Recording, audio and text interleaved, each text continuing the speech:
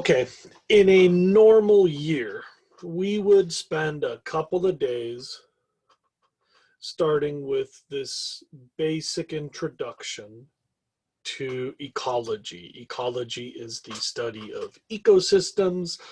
Ecosystems are systems of life, the interactions between the living and the non-living things in a place, like the fish and the water and the rocks in an aquarium, like the bacteria and the dirt and the dust mites inside of your socks, the stuff that's inside of your stomach, or the stuff that's in the Sierra Nevada mountains. Ecology is the study of all these interactions between living and non-living in one place.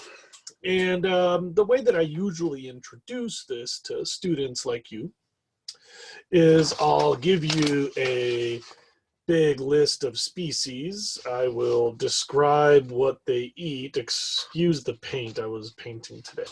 So I would give you a big list of species and I would tell you what they eat.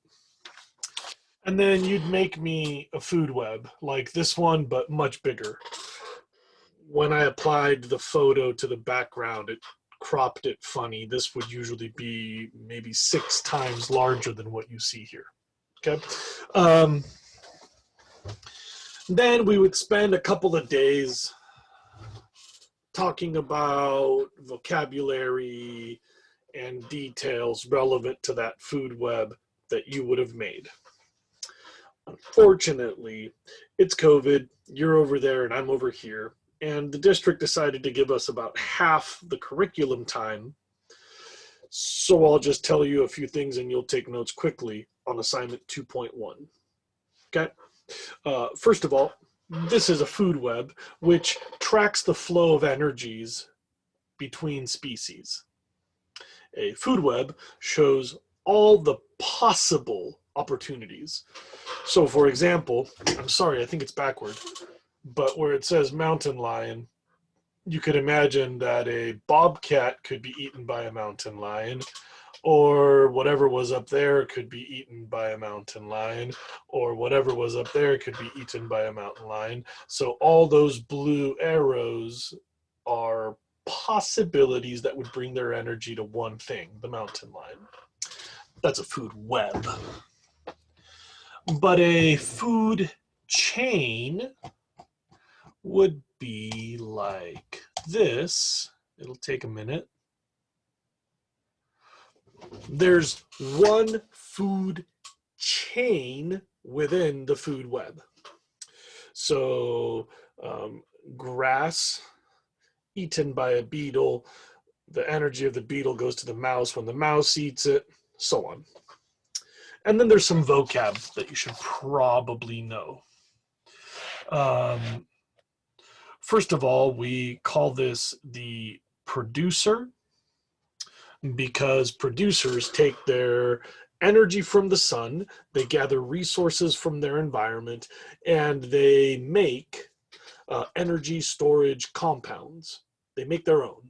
They're called producers, aka autotrophs.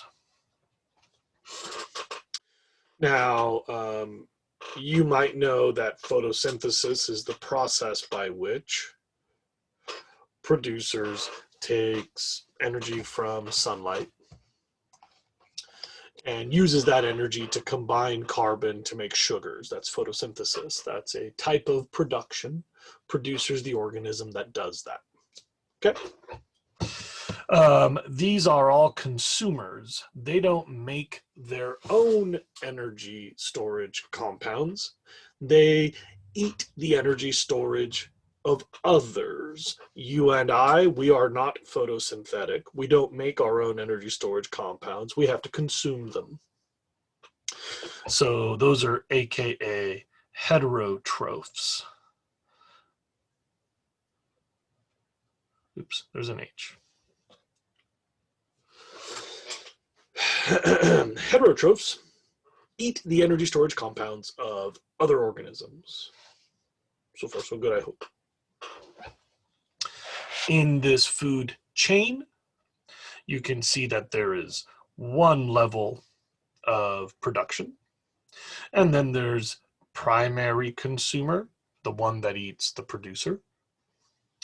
Secondary consumer, something which eats other consumers.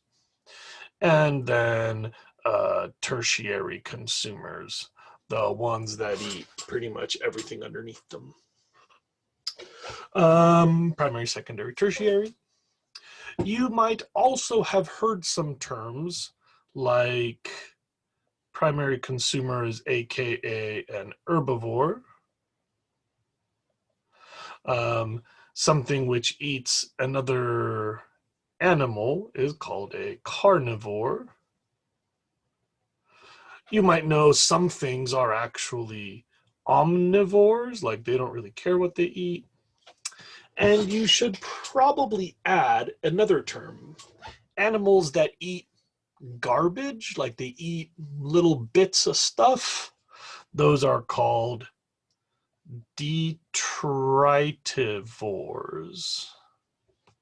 Animals that eat trash, detritus. All of this is vocab.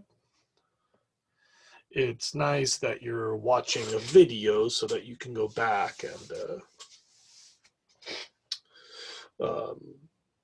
pause, take notes, whatever you need. Keep in mind that all of the energy in this ecosystem started with the sun. There's my wacky looking sun.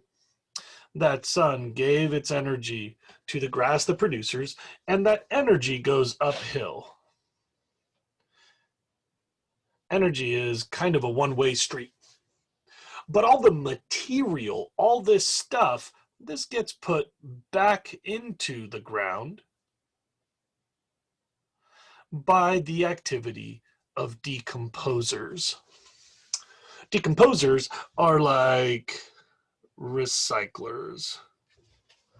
They put the ingredients, the nutrients, the matter back down.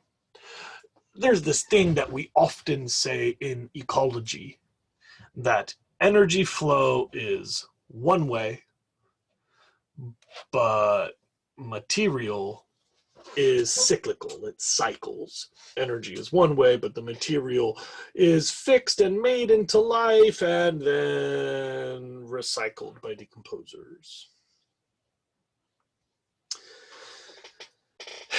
Normally, we would have spent like 2 days talking about all this stuff. But we don't really have that luxury. We have just a few minutes, and we should probably focus on bigger stuff, since a lot of this is just vocab, and a lot of this is things you may have heard elsewhere. I'm almost done with this intro to ecology. We covered a lot of the basics in the chapter 6 vocab. I'm just going to add one more word, and then we'll stop this basic intro. By the way, I love ecology. You can't believe how much it pains me that I have to cut these things out. I thought my class was a lot better before they took half of our time. I think a lot of the stuff that I like to talk about helps my students engage the content. So I feel that my class was better for me and better for my students before they took half the time. So it really frustrates me that we can't spend more time on this. I'm sorry about that. Anyway, the one word that I wanted to add to this set of mess on your screen is a special type of autotroph. Again, an autotroph makes its own energy storage compounds. I'm going to clear the screen now, okay? Most autotrophs on Earth use energy from the sun to build their energy storage compounds. That's glucose, by the way, sugar. But there are a few unique organisms which use energy that is not from the sun. They use chemical energy, so they're called chemoautotrophs. And this is a weird little exception to the rule. I mention it because we will often say that all life on Earth is based on sunlight. Remember, like I said, that one-way street. So this sugar in the lettuce gets eaten by Jose, and Jose gets eaten by a shark. The one-way flow of energy from sunlight, right? So we often will say that all things are basically sunlight moving through an ecosystem, except there's this one quirky little exception. It's a category of organisms. They are extremophile bacteria. That means they like extreme environments that get their energy from chemical decay.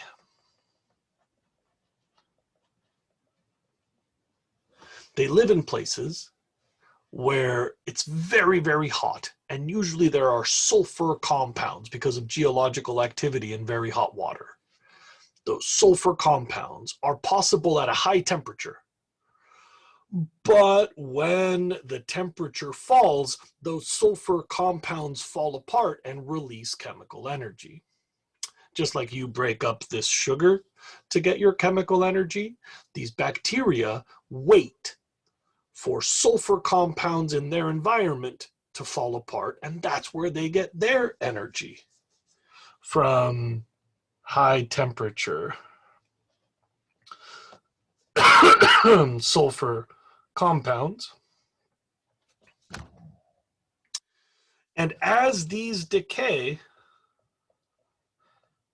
energy is released, which these critters use to build their energy storage compounds. And these in turn give rise to entire ecosystems with like cool bugs and cool crabs at the bottom of the ocean. You might have heard of these things called black smokers or hypothermic vents way down at the bottom of the ocean. They make these clouds of really dark water right where the Earth's crust has these cracks and salt water reaches into the magma and it comes out super, super hot way down at the bottom of the ocean. And there's these little tiny bacteria that swim around in the water and they harvest energy from chemical decay that happens when very hot water meets very cold water, you know, at the bottom of the ocean.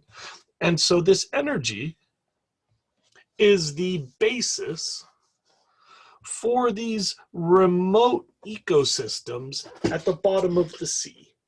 And you know what's weird? If the sun went out tomorrow, it's not gonna, you're fine. But if it did, the plants would stop growing and then all the bugs would die and then all the mammals would die. You know, all of the ecosystems that we know would disappear. You and I would run out of food pretty soon because without sunlight, there'd be nothing for us to eat, nothing for our cattle to eat, and nothing for the fishes to eat. So basically, all the life on Earth would die. The decomposers would turn all of our nutrients back to the soil, and then they would run out of food and they would die, and all the fishes of the sea would die, and all the birds of the air would die. But at the bottom of the ocean, there would be these little tiny communities that would go on as if nothing had happened. Because there's these weird little bacteria, chemoautotrophs, that make a perfectly fine living and build entire ecosystems by producing energy storage compounds. Remember that these are producers, aka autotrophs, But these aren't photoautotrophs, they are chemo. Oh, crap. They are chemoautotrophs. Okay, that's a new term that wasn't in your book, so I wanted to add that one. Go back, record what you need. I'll see you back in class or something like that. Got to figure out how to stop recording. Okay, see you soon.